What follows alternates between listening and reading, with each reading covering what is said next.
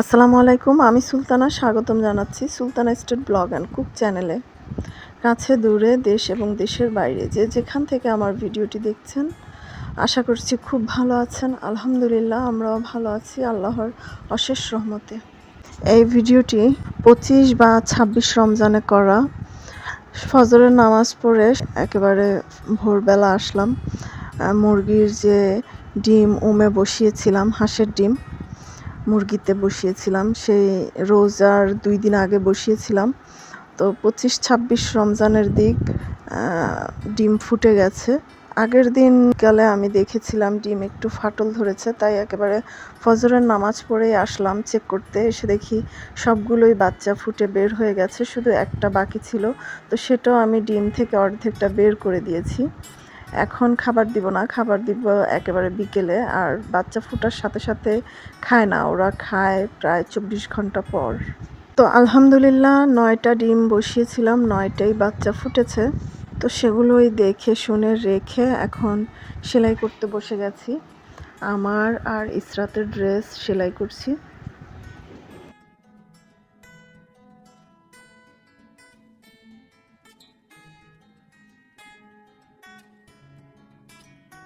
তো প্রথমে ইসরাতেরটা কমপ্লিট করেছি, তারপর আমারটা করব। তো আমারটার হাতার মধ্যে একটু ডিজাইন করব, যার জন্য এই যে ডিজাইনটা করে নিচ্ছি।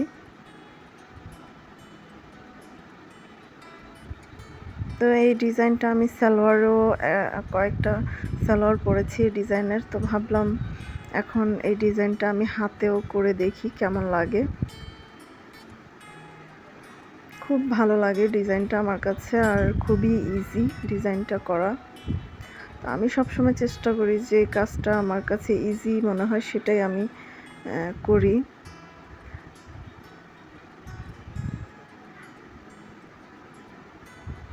কারণ সংসার সামলিয়ে তারপর হাঁস মুরগি সব কিছু সামলাই বেশি কঠিন বা বেশি হিবিজিবি ডিজাইন করতে গেলে অনেক সময় লেগে যায়। তাই সবসময় চেষ্টা করি সহজ যে ডিজাইনটা সেটাই করতে। তো কামিজ দুটোই কমপ্লিট, এখন গলার যে হেম সেলাই করে নিচ্ছি। দুটো কামিজেরই গলার সেলাই কমপ্লিট করা হয়ে গেছে, এখন আয়রনটা করে নিচ্ছি। যে কোনো ড্রেস যে কোনো কিছু সেলাইয়ের পর যদি আয়রন করা হয় সেলাইটা খুব ভালোভাবে বসে। আর এই আয়রনটাই একেবারে জামা ছেঁড়া পর্যন্ত থাকে। এই আয়রনটা প্রথম সেলাইয়ের পর যে আয়রনটা করা হয় সেটাই একেবারে শেষ পর্যন্ত থাকে। তো এই যে দুটো কমপ্লিট হয়ে গেছে। আমারটা টেবিল গলা বা চৌকাঠ গলা যেটাই বলেন, আর ইসরাতেরটা হচ্ছে গোল গলা। আমি আগের ভিডিওতে বলেইছিলাম যে আমাদের দুজনের ড্রেস একই রকম। আমার ভাই আমাকে প্রথমে নিয়ে দিয়েছিল। আমার আর আম্মুর সেম, শুধু কালার ডিফারেন্স। আম্মুরটা হচ্ছে অ্যাশ কালারের মধ্যে ব্ল্যাক কালার, আর আমারটা হচ্ছে পিঙ্ক মেহরুন, একটু হালকা মেহরুন টাইপের। তো সেম আবার আমি গিয়ে ইসরাতের জন্য নিয়ে আসি, সেম আমারটার মতোই আমি আবার ইসরাতকে নিয়ে দিয়েছি, যাতে দুজন একই রকম পড়তে পারি ঈদের দিন। গত বছর ঈদেও আমার ভাই আমাদের দুজনকে একই রকম সেম ড্রেস নিয়ে দিয়েছিল, একই কালার।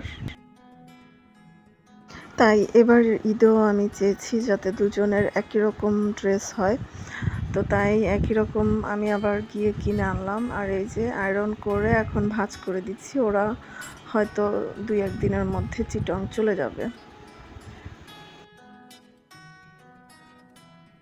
তো মোজাম্মেল আবার বেশি ডিজাইন পছন্দ করে না, তাই ওটা সোজা সাপটাই করেছি।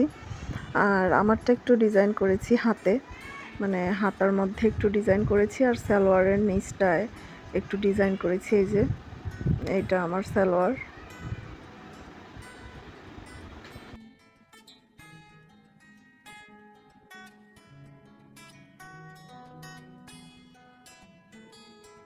আর এই যে ইসরাতের সালোয়ারটা, এই যে সামান্য একটু চড়া করে বর্ডার দিয়ে বক্রম দিয়ে সেলাই করে নিয়েছি।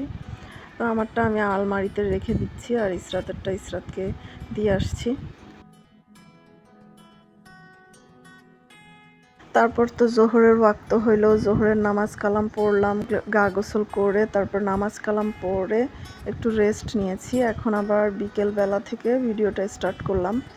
এই যে আসরের পর এখন গিয়ে আমি ওই যে মুরগি যে বাচ্চা ফুটিয়েছে, হাঁসের বাচ্চা, সেই মুরগিকে সাথে সাথে তো খাবার দিলে খাবে না, তাই আসরের পর আমি নামাজ কালাম পড়ে গিয়ে এখন বাচ্চাগুলোকে খুদ ভিজিয়ে রেখেছিলাম পানি দিয়ে, সেটাই দিচ্ছি।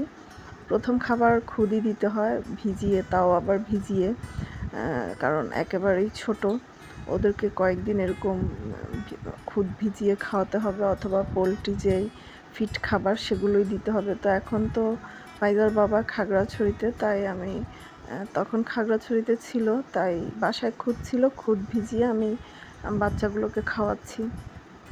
তেমন একটা খাবে না জানি, তারপরও 24 ঘন্টা হওয়ার আগ পর্যন্ত খাবে না বাচ্চাগুলো। এই যে মা খাচ্ছে কিন্তু বাচ্চাগুলো খাচ্ছে না, 24 ঘন্টা না হওয়া পর্যন্ত খাবে না।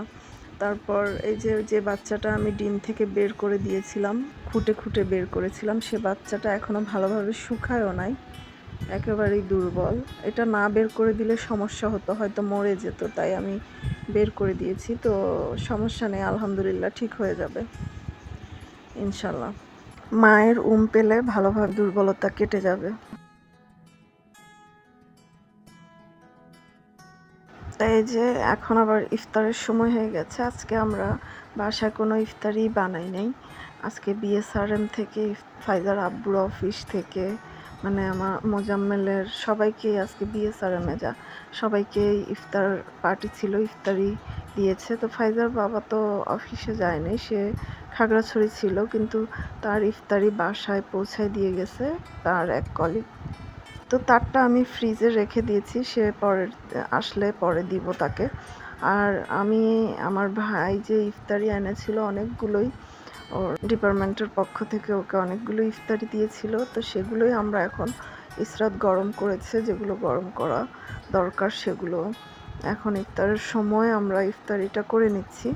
এদিকে মোজাম্মেল আবার কলা, দুধ দিয়ে, খেজুরের গুড় দিয়ে লাচ্ছি করেছিল, সেটা আছে। মালটা দিয়ে, তারপর পুদিনা পাতা, মালটা, লেবু দিয়ে শরবত করেছিল।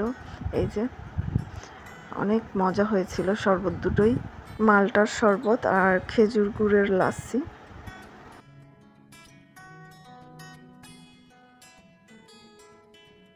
তো মোজাম্মেলের তো ইফতার হচ্ছে প্রথমত ফ্রুটস খাওয়া, তারপর যদি অন্য কিছু ভালো লাগে খায়।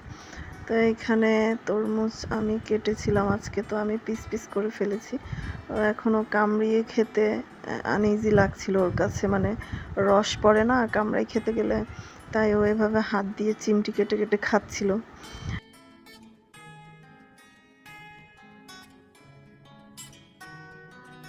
তো ওদের ড্রেস সেলাই করা তো কমপ্লিট হয়ে গেছে, আমার আম্মার আর ইসরাতের।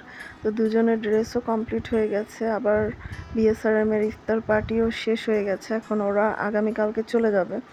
তো সেটা শুনে ফাইজা কান্নাকাটি করছিল, তো তার কান্নাকাটি দেখে মারিয়াম আবার তাকে ব্যঙ্গাচ্ছিল, মানে কপি করতেছে। ফাইজা যেভাবে কান্না করতেছে ও সেভাবে ওকে কপি করতেছে, আবার ব্যঙ্গাইতেছে। তো ফাইজা বলতেছে যে ওর মামা মামির সাথে ও চলে যাবে চিটং। তা আমি বললাম আমি একা একা থাকবো, আমরা আরও 2 দিন পর যাব একসাথে সবাই, তোমার আব্বু সহ।